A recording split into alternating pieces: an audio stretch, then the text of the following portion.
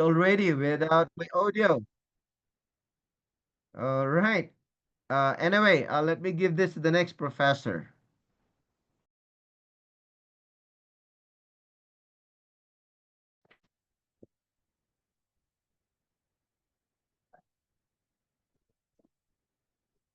Okay, good afternoon, everyone. How are you today?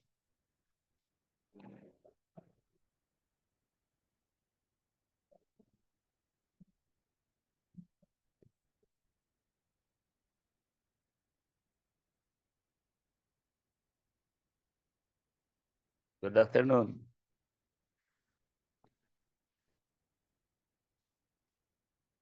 Sorry that you cannot see my face this session because the signal is very weak here in our location, in my location. But since this is our first session, I would like to introduce only the introduction about our chaplaincy unit. And I hope everyone is happy this afternoon. Is this your first time in chaplaincy class?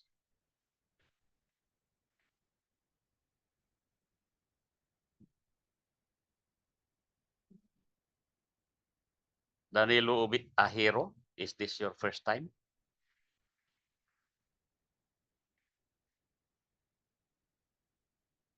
Emmanuel Sipidad,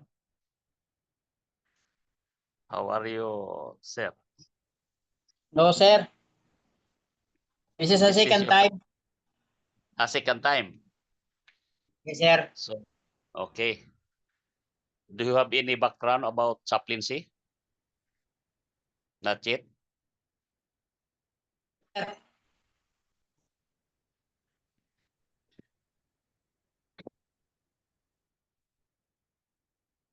Okay. Thank you, Doc Ruli, for giving me this time. And sad to say that my signal is very unstable.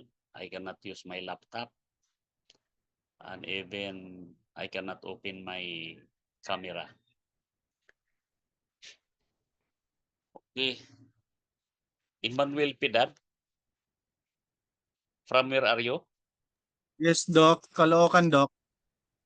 Caloocan. Because Yes. your family name is very familiar to me here in our area. We have plenty of Pidad here in Siocon, Oh, Zamboanga del Norte. But they have the oh, relative because also in Cebu. may ano sir is Sambuanga also. May lolos. Zamboanga. May opo. Okay, marami sila dito. Daghan sila dire. Og kuan sa Cebu. Sa Cebu Oh, pod sir. Cebu. Ah, Cebu. Mga from Cebu before nasa the Canada sila. there in Siocon, Zamboanga del Norte. Opo. I believe you are related. Okay, thank you for coming. Thank you for joining us, enrolling this subject, chaplaincy, advanced chaplaincy. So, this is your second time? Yes First po, time? Doc. Okay. Second time po. Second sem po. Second. Ah, Oh, how about Antonio Labordo?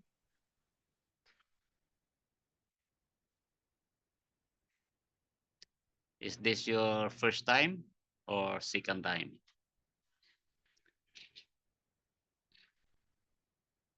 Antonio Labordo, are you there?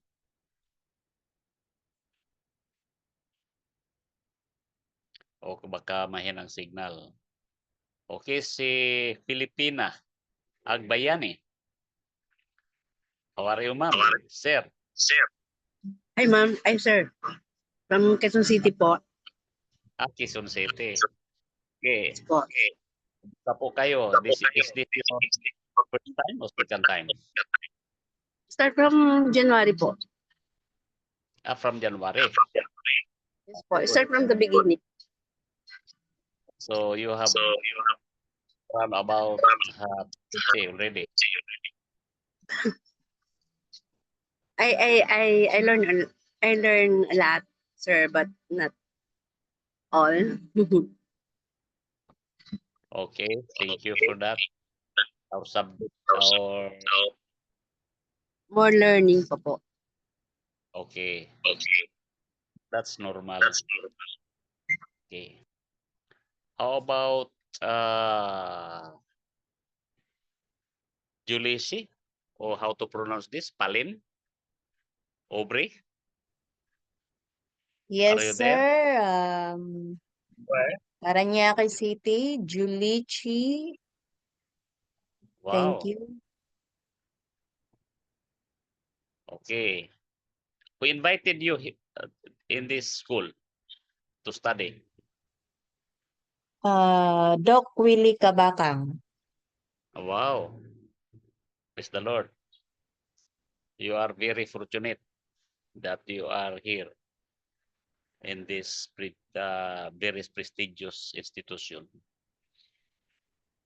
How about Yes. Mark Vincent? Welcome po, ma'am. Mark Vincent. Are you there?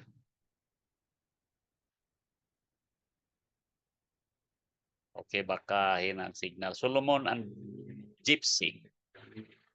How are you? Yes, good afternoon, sir. Okay, Hello, good good afternoon. From where are you? Currently, we are here at Timor-Leste po as missionary teacher. Timor-Leste. Timor-Leste. Timor-Leste po, Doc. Originally po from here, from Mindanao, Bukidnon po. From Mindanao. Do you have do you know Karen Lasota there? Oh, Catherine Lasota. Yes. Yes po, Doc. Saan po siya nagturo? Kasama po ninyo siya? Last school year, isang school kami. Pero ngayon, Iba na. lipat kami. Okay. Hindi na. She is my parang first cousin niece. I see. That's so.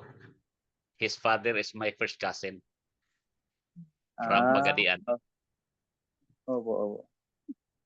Okay, thank you. And you are very welcome. Yeah, thank you po, Doc. So this is your second time? First time po, Doc. First time. First time. Okay. How about Mark Vincent? Are you there? Yes, Doc. I'm from Sirantal, Batangas po. From Batangas. Yeah. Kumusta ang Batangas ngayon? Yun po. Ito pa rin si Taal. Pero by the way, usok lang po nakikita namin. Hindi naman po lumilindol. And pag bumabagyo po dito sa Mission Field ko sa Agoncillo, lagi pong lubog kami sa baha. And very difficult po yung signal dito kasi bukid po kami. Okay. Okay. Praise the Yes Lord. po. But still, praise the Lord that you are there. Opo. And Buti nga po nakikisama ngayon. Kanina po hindi po nakikisama sa akin. you are included. You are included in this subject. Yes So, po. Third time na po to, Pastor? Third time na po. third time.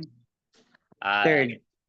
So, marami na po kayong natutunan dito. Opo. Very blessed na rin po. Okay, thank you for that. Thank you po, thank you. Sino pa po ba dito ang hindi ko na Okay, thank you. Doc Rolly na dito. Thank you. Sino pa bang hindi naka naka-express ng ng pagpasalamat na na-enroll siya dito ngayon. Si Mark, tapos na ba ito si Mark Vincent? Apa? Okay. Thank you very much. As what I have said, it's sad to say that I cannot open my camera because the signal here in my area is very unstable. If I open my camera, You on cam, Doc? ma'am, hello? Hello? Yes, Doc. Can we see you on cam? Antonio ba ito? Antonio? It's JB Labordo, sir. I'm just using my husband's phone, Antonio Labordo. My Okay. phone is not working. Okay. So, ang topic, ang ano natin ngayon is about chaplaincy advanced chaplaincy. Okay. Before we proceed, can I ask for a volunteer for our opening prayer? Maybe Ma'am Labordo?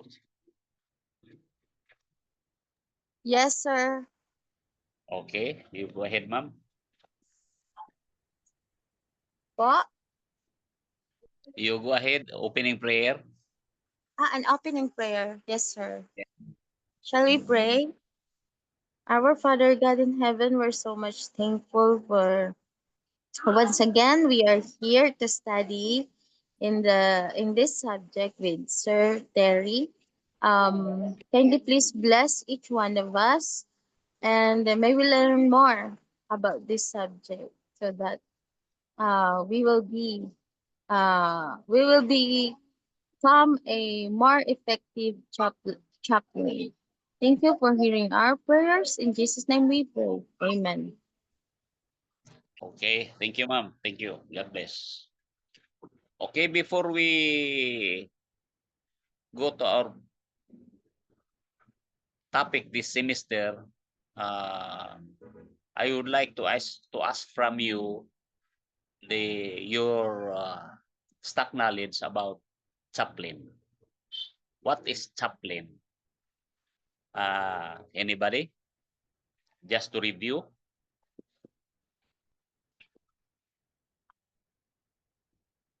What is chaplain?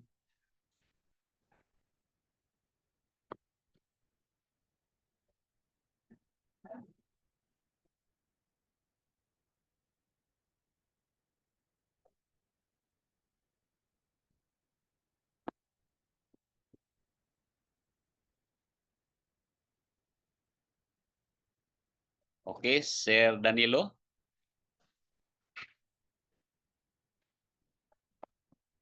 Could you share about chaplain?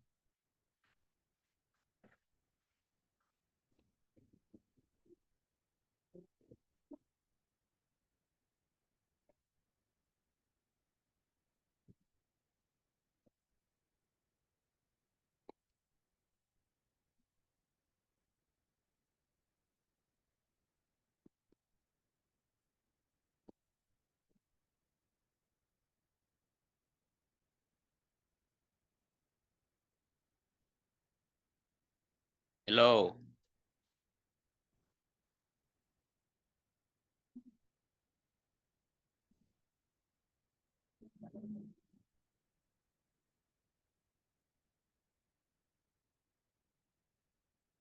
Am I audible?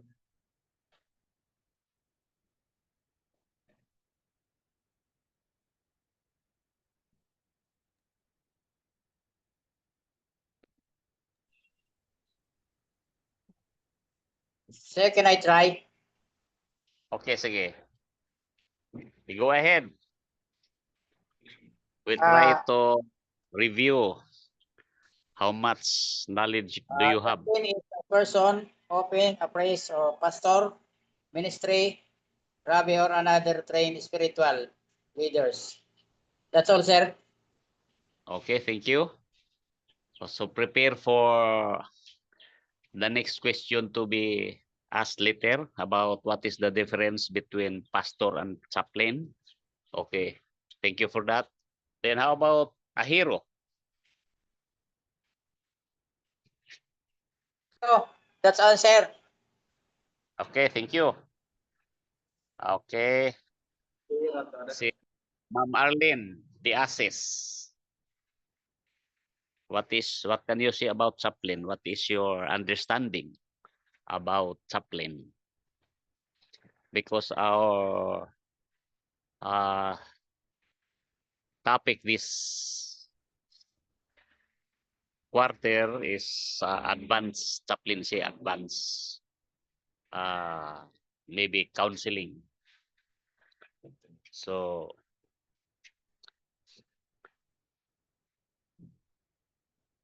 okay, anybody here?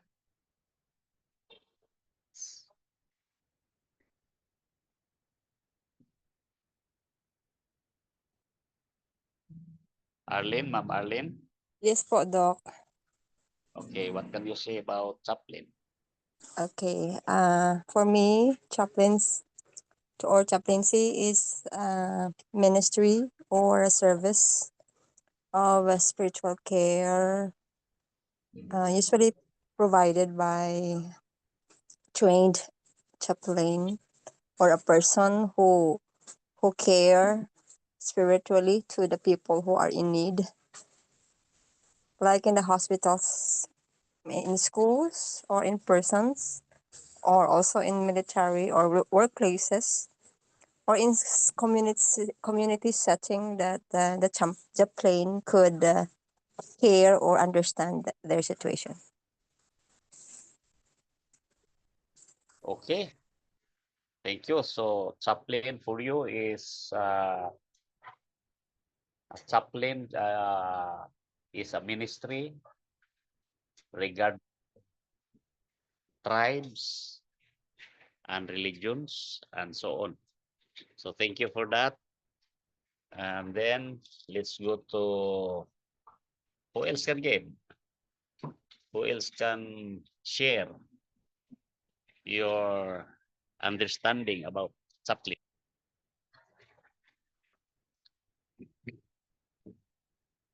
How about the wife of Sir Antonio Labordo?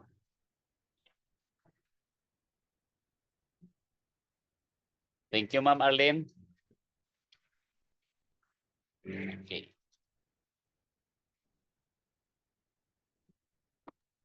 Yes, sir. Okay. Yeah, you for share me, to us your yes. knowledge It is chaplain? individual. It's an individual who can give a spiritual counseling and uh, also chaplains listen to those individuals pag anak to those individuals who needs moral or spiritual support. Um, chaplains also we can ask to the chaplains a prayer for individuals who needs it, and um counseling chaplaincy most we mostly uh see chaplain in the schools, in the hospitals, that chaplains provide their spiritual comforts, just like that, sir. Counseling Thank and you very much. and praying. Okay, thank you very much for that. Yes, Uh, that's you have learned a lot about chaplain. Okay, who else? Who can share? Yung wala pa naka-share, pwede. You Sir, may go ahead. Yes. Who is this? Okay, Aubrey, Palin. yes. Correct. Yes. For You have me, also chaplaincy, relative here in uh, Zamboanga Mission. Palin. Is that your family name? Palin? yes, yes po, Palen. Okay. Okay. You go ahead. For me, chaplaincy is the ministry of presence. Just being there, especially in moments of crisis, um, to those people who are undergoing trials or maybe in their down moments. So for me, chaplaincy is a ministry of presence. Thank you.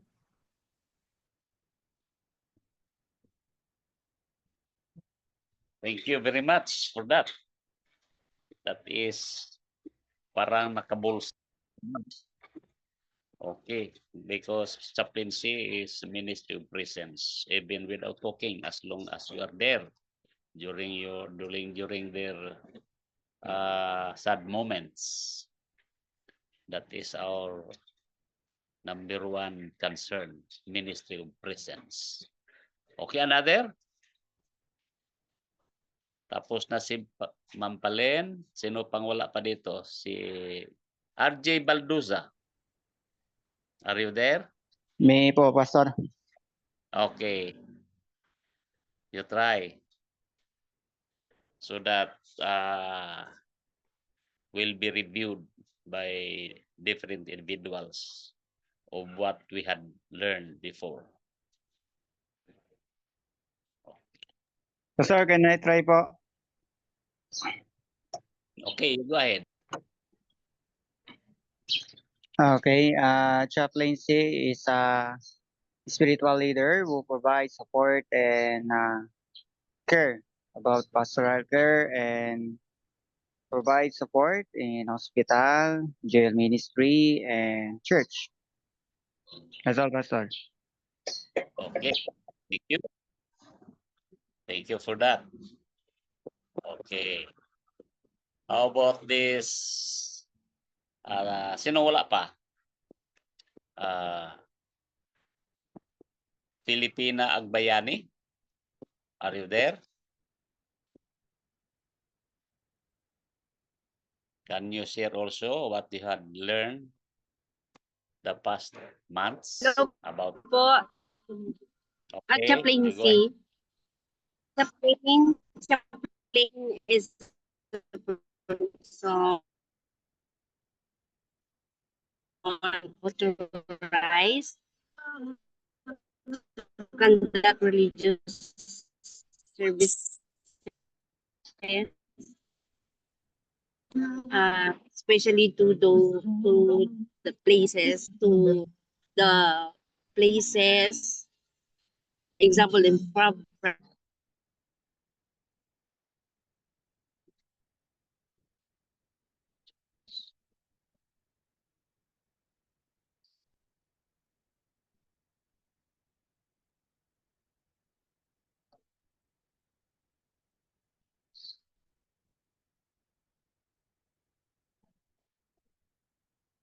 okay, thank you. Baka unstable ang signal niya. Okay. Another, let's listen, let's give time to Juice. Si Juice. Are you there, Juice?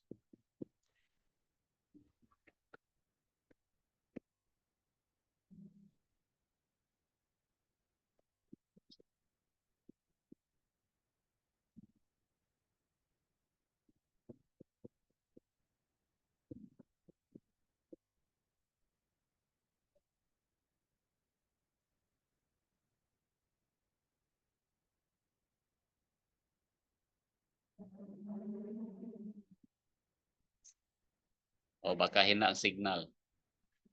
Okay, wala na ba? Wala nang nakaano? Wala. Lahat na ba naka-share ng kaniyang stock knowledge about chaplaincy? About chaplain? Okay, let's go. Just to remind everyone that chaplaincy is a minister of presence and availability. That is the one of the most important part or a job of a chaplain. And it also ministers to people who cannot attend their church. Chaplain ministers to people who are unable to attend their church, congregation, temple, etc. for various reasons, such as health, confinement, or military or civil duties.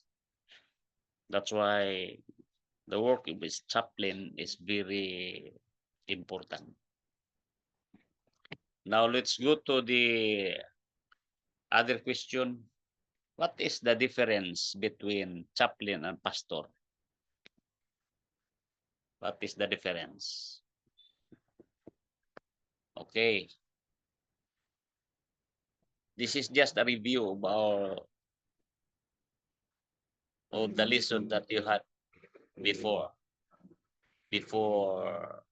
we proceed to the advanced chaplaincy this semester or this quarter. Okay, what is the difference between pastor and a chaplain?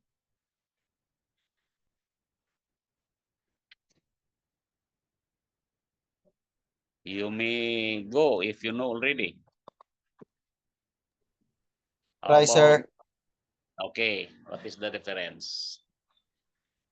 Pastors usually focus on specific religious tradition, and the chaplain are trained to minister to individuals of all faiths and background within day service. Okay. Another? Thank you for that, Sir Pidad. Okay, another?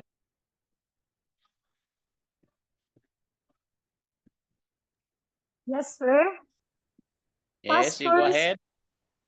Pastors minister to our church community, whereas chaplains ministry within a secular or non-church settings. That's the difference po. A difference. Okay. Thank you for that. Another statements about the difference between pastor and a chaplain. And I hope everybody is listening so that you can identify a pastor and a chaplain. Another? There is no repetition. Pastor, can I try po? Mark Vincent, okay. You go Po. ahead. For me, pastor is often provides counseling, guidance, and spiritual directions to members and focuses on preaching, teaching, and leading worship services. While the chaplain serves a variety of settings such as spiritual, military, prisons, or schools, and provides spiritual care, support, and counseling to individuals from diverse background and faith. That's all, Pastor. Okay, thank you. Thank you for that. Another who can share? Can I, sir? RJ Baldosa. Okay, you go ahead, Sir RJ. pastor is like a shepherd caring for his own flock, and chaplain is like a missionary or caregiver sent outside the church wall to meet the people in the struggle wherever they are. Wow. So there is really a difference between pastor and chaplain. Okay, another? Who can share what you had learned before?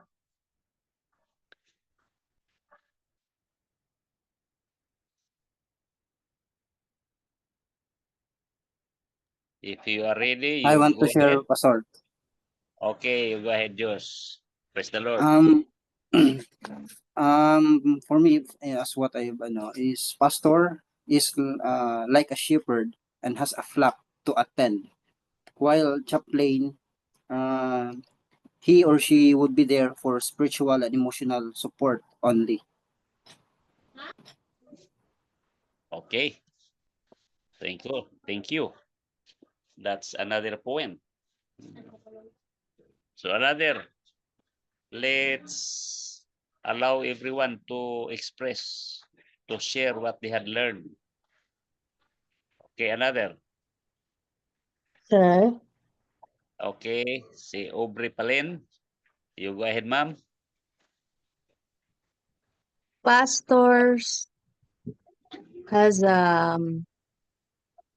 there's congregation, there's administration, of course there's variety of areas of assignments with long-term timetable. Yet while chaplain short-term encounter with uh the one the chaplain ministers with. So oftentimes during crisis, um there's a helping process. So that's how I understand the differences. Thank you. Okay, thank you very much. That's another point to be considered as a chaplain. We have to consider what she said a while ago. Okay, another?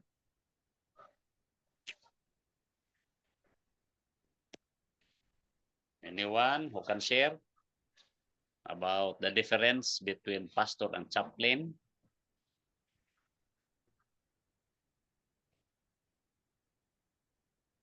How about this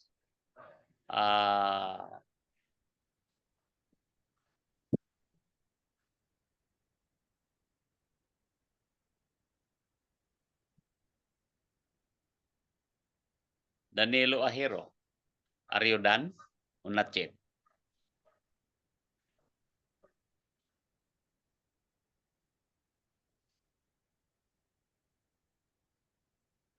Okay, maybe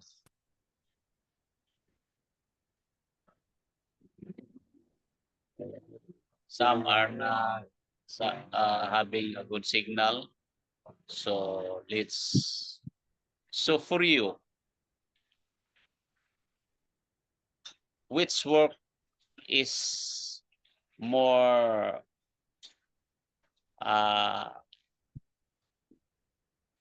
important today as far as reaching the unreached is concerned?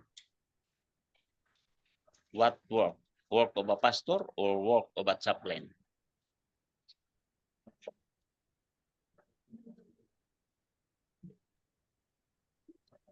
Sir, and I. Okay, go ahead. For me, both are important. It's just that there's it depends what situations of calling does one person, but both are important in ministering, especially to the church, because pastors have limitations. There are hierarchical administration that should be followed, and ethical standards, conduct. Same with the chaplain. Yet, while chaplains can reach beyond the walls of the church, can reach beyond the borders. So both are important. It's just that the weight of its of the one who administers or who ministers, and how the Lord calls for that person. Thank you. Okay, thank you for that. Okay, another? Another who can share? This during this session, let us review what they had learned before, so that we can we are ready for the next lesson.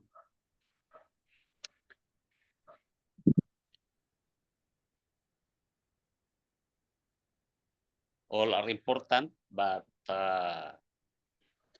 according to the statement, according to the difference, it says that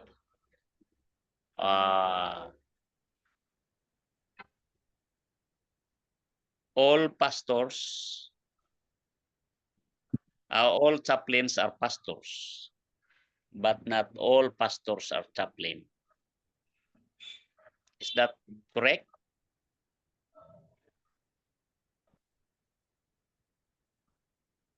Can you remember that? All chaplains are pastors, but not all pastors are chaplain.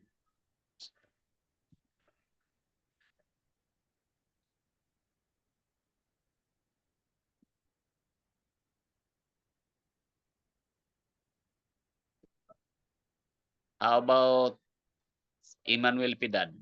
What can you say about the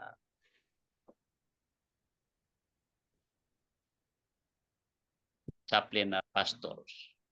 Which work is more important in reaching the people?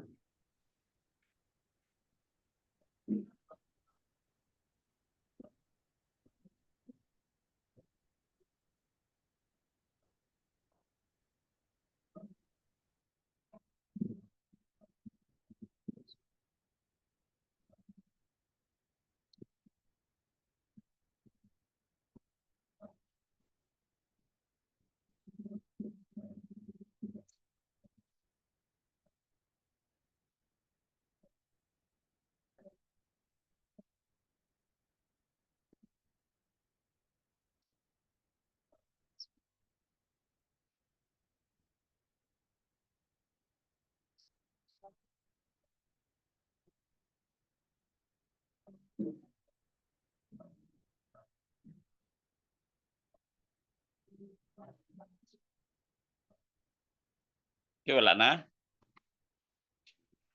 Parang mahina siguro signal ng iba. Si Solomon, Gypsy.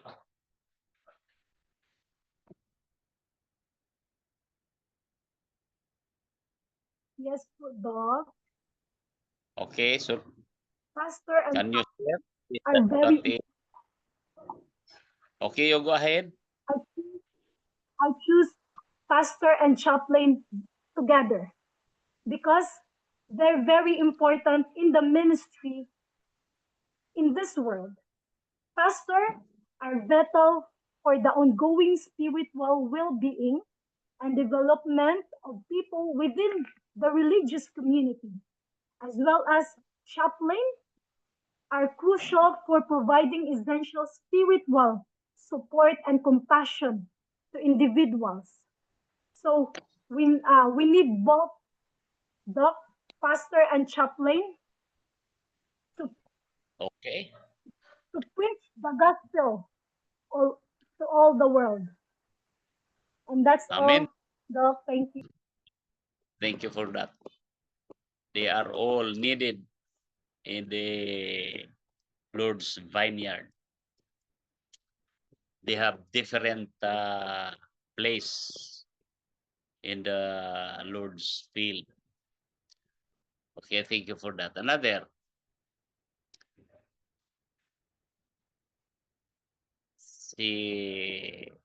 Sino bang hindi pa nakaano dito? Si Filipina?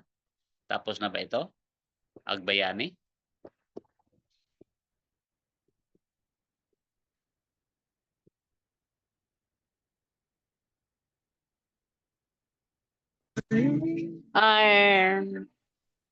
Okay, go ahead. Chaplain's role are supporting the staff and mission leadership and within the institutions, within the places.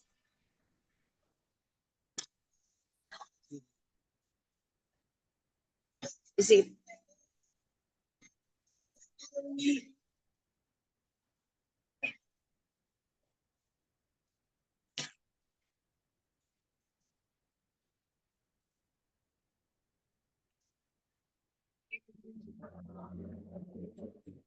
For you, which is of more importance? The chaplain or the pastor? the chaplains, because The as you said, pastor, all chaplains are all pastor, but the pastor are not a chaplain. Okay. Thank you. Thank you, sir. Okay, thank you. Okay. Okay, another. Mayroon pa ba? Wala naka-ano? Naka-share ng kanyang knowledge about chaplain?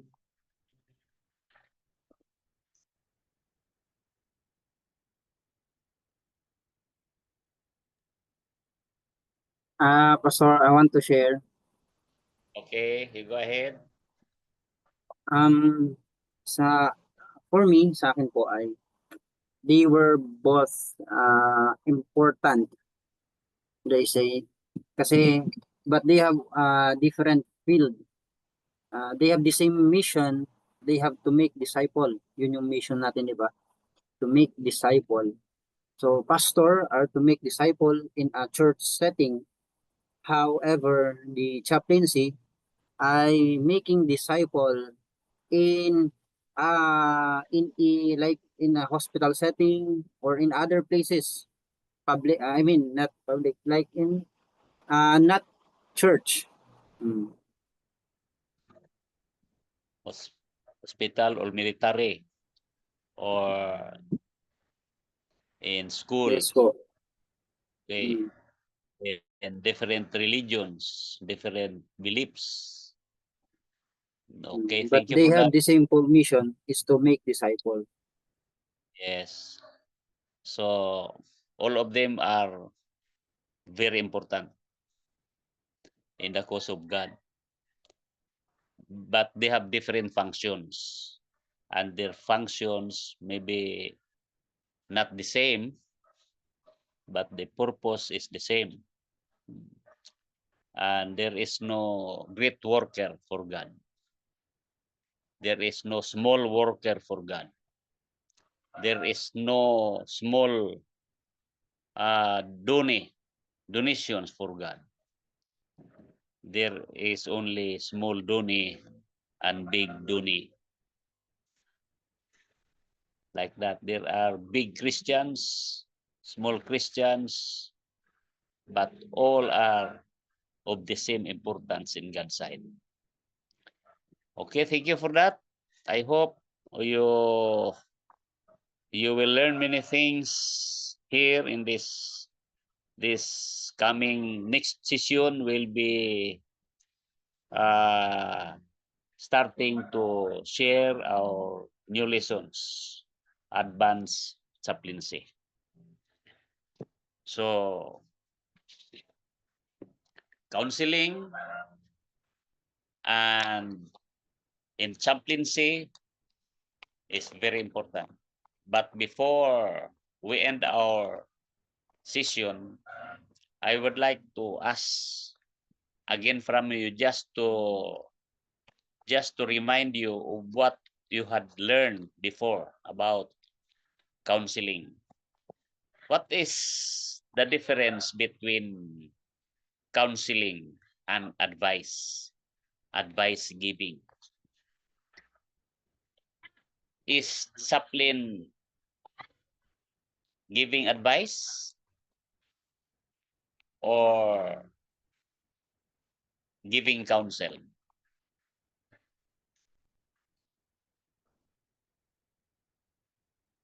What is our main concern? Are we to give advice or counsel?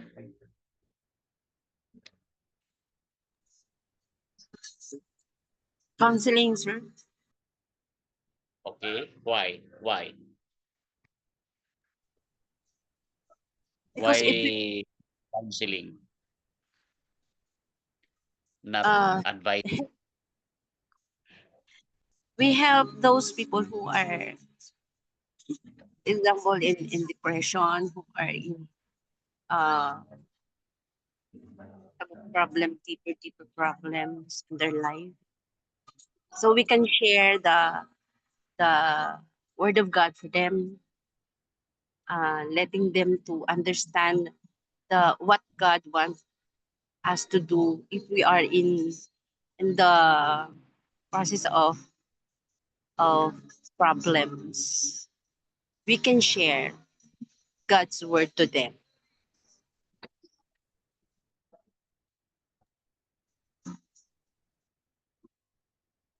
We can share, of course. That's Yes. right. Okay. But when somebody is asking for a solution of their problem, what would be the best action we I think can give people?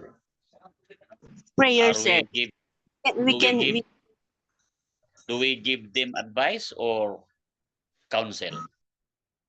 advise advise, sir. To Okay. pray. To pray. Prayer is the most important, sir, to solve the problem. To Okay, solve for the you, we need to give advice. Okay. Thank you for that. Okay, Jus, since you raise your hands, you may go ahead. What is Okay, the thank you po. main work of Para the sa, is to give I advice? think it's counseling because Why? counseling, we are just going to assess them through guided questions, right? We are not going to make a decision for them. Like we are going to give advice, our answer to their problem because our answer might not fit for them, right? So that's why in chaplaincy, it's more on counseling. Like we are going to assess and let them and help them to make and to choose from their to help them to make decision. So we are not going to decide for them, but we will just there to ask them through guided question for them to be helped to make decisions or to find the answer of their problems. Okay. Thank you. Thank you for that. Thank you for your contribution to this session. And I hope everybody is trying to recall the lesson that they had learned months ago. And I hope that everybody is learning.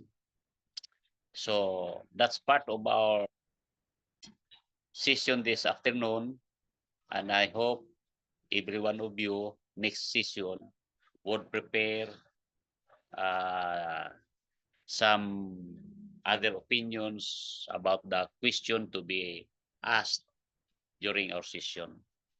So since we have only 8 minutes or 7 minutes, our session. Is there anybody here who can share? I will give you time to those who were not able to share. You may have time now. You can share about the work of a chaplain. Are we giving them advice or counsel? And if we have to advise, what would be the possible consequences? If we give them counsel, what would be the result? Okay, continue. Let us give time for those who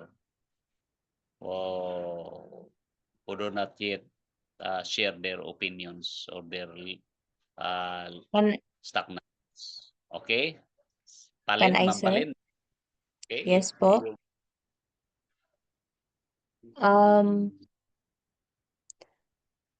As a chaplain, since it is a ministry of presence, listening is a ability and skill, as we also listen to God, and um giving advice is like giving them, this is what one should do. As a consequence of it, um the person will come back and says, oh, this is what you told me to do. So there will be somehow boomerang if the plan or the decision uh, will not be implemented or realized as expected by the person who is really involved. While counseling is laying out the options that is available to the person involved, because maybe somehow um they are clouded with the problem, or they're clouded with the negativity. So as a chaplain, you will facilitate, or we will facilitate all the options that the person recognize, the resources that he or she has.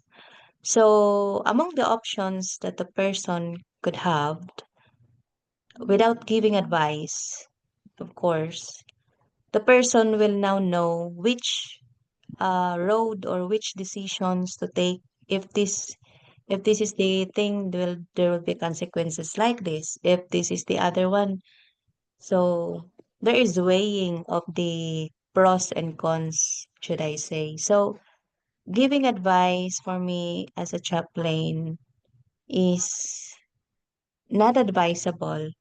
Rather, counseling will do, because you will give the person options, just like my classmate said earlier, that the person will be the one to decide. So since it is a helping process, allow the person to discover his or her opportunities, his or her limitations, his or her options. Thank you. Okay, thank you. Is this your first, second session, ma'am? Second enrollment or first time? For this subject, it is my first time, but for the chaplaincy, it's my, I think, third sem. I see. Because kung ako lang ang padesisyon nun, parang pwede na kayo makagraduate dito. Kasi, Ganun po ba? oh, pwede na, pero mayroon pang iba. Ang ating subject is advanced. So mas palawakin pa natin more about I would like to chaplaincy. learn. I would like to Yeah. learn more, because Okay, as I listen and as I get involved in this enrollment, I would rather learn, because there are a lot of things to learn too. Okay. Actually, there are uh, not to mention the names. There are many pastors, Lily, do not know how to handle conflict in the church. because they do not know about chaplaincy work. They follow the traditional way of settling conflict. That's why you are very fortunate that you are here, all of you, having this subject. And I am very proud of you this afternoon, as what I have learned from you, that you learned a lot, really, of your previous subjects. And thank you for that. So, maybe others will be given time this coming session, and I hope everybody is happy this afternoon. So since our time is, we have only 1 minute. So thank you so much, and may God bless you. Before we end, is there anybody here who can offer our closing prayer?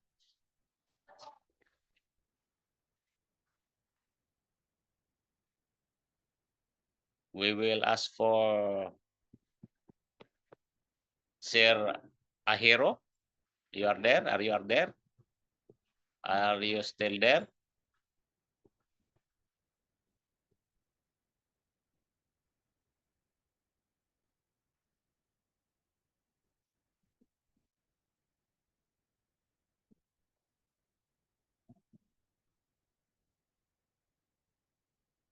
Okay, let's pray. Father in heaven, this afternoon we are so happy and thankful for the success of our first session this afternoon. Bless the students, bless each one of them together with their families as they continue to study this chaplaincy.